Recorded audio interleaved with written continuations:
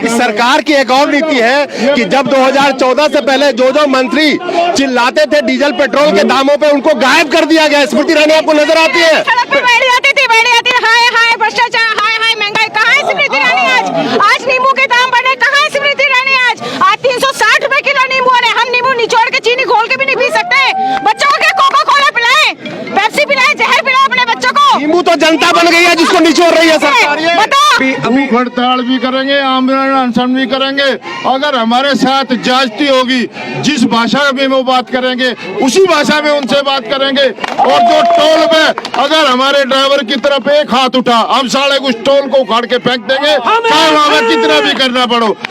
बहादुरगढ़ जो रोहतक दिल्ली बॉर्डर है और सोनीपत बॉर्डर, कुंडलिया NH1 बॉर्डर है, सभी हम दिल्ली को सील करने का कार्य करेंगे।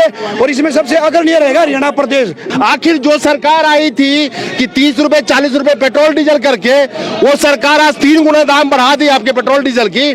तो क्या वो अपना टैक्स क्यों नहीं कम करती है? इतनी बेशर्मी में क्यों डूबी हुई है सरकार? और जवाब कोई क्यों नहीं देता? सरकार का नुमाइंदा अगर यहाँ आके बात करें तमाम लोगों के बीच में, तो ये बात करेंगे या ये पैदल मार्च करेंगे, लेकिन ऑफिस में बंद कमरे में बैठ के ये बात नहीं करेंगे। क्या आप लोगों ने निर्णय लिया? नहीं करें, ऐसा है, ओपनली बात करेंगे, बंद कमरे में बात अभी ऐसा है। दोस्तों नमस्कार। आज सारे ट्रांसपोर्टर्स बढ़े हुए फ्यूल रेट्स के खिलाफ और इनके साथ जो तरह तरह की वसूली होती है उसके खिलाफ, बढ़े हुए टोल टैक्स के खिलाफ जंतर मंतर पे इकट्ठे हुए हैं।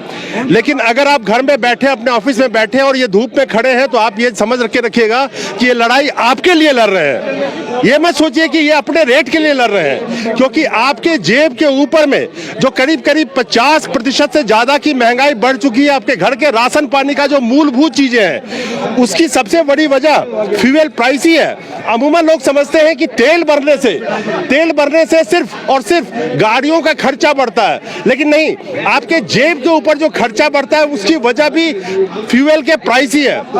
मैं आपको आंकड़ा बताऊं, $250 बिलियन का ये ट्रांसपोर्ट मार्केट है। $250 बिलियन को ऐसे समझे कि तकरीबन करीब 20 लाख करोड़ रुपए का ये ट्रांसपोर्ट का क्षेत्र है, पूरा बाजार है। आने वाले 2025 में ये आंकड़ा अनुमानित है कि करीब करीब ये 30 लाख करोड़ के आसपास पहुंच जाएगा।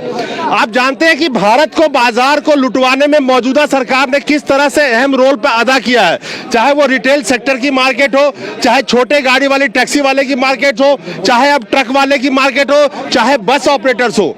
आप भारत का आंकड़ा उठा के अगर देखेंगे,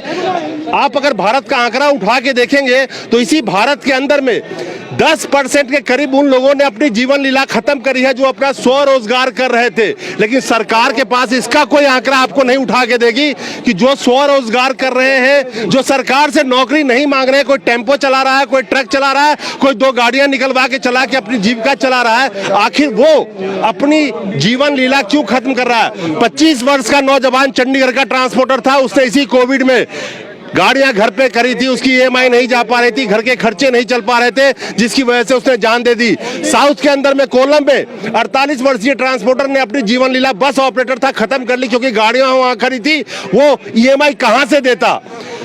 इसी सरकार ने बैंकों से पिछले 7 सालों में, ये RTI का आंकड़ा है कि 5,99,000 करोड़ एग्जैक्ट बता रहा हूं, बैंक से फ्रॉड करवा दिए।